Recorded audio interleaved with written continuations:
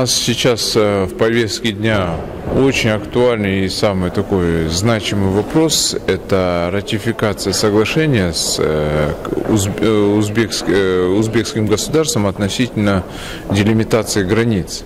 Вы знаете, что наши главы государств подписали данное соглашение, и вот сейчас парламент должен это все утвердить.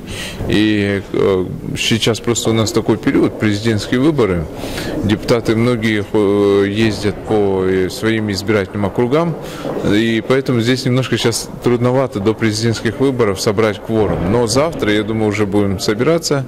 Опять же, и вот самый главный этот вопрос. Все остальные законопроекты сейчас они не столь значимые. Там есть маленькие поправки в налоговый кодекс, есть маленькие поправки в уголовный кодекс.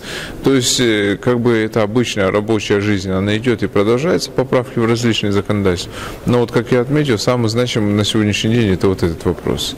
Нас он сильно беспокоит. Почему? Потому что там депутаты поднимают разного рода вопросы. Но, в принципе, большинство одобряет это соглашение.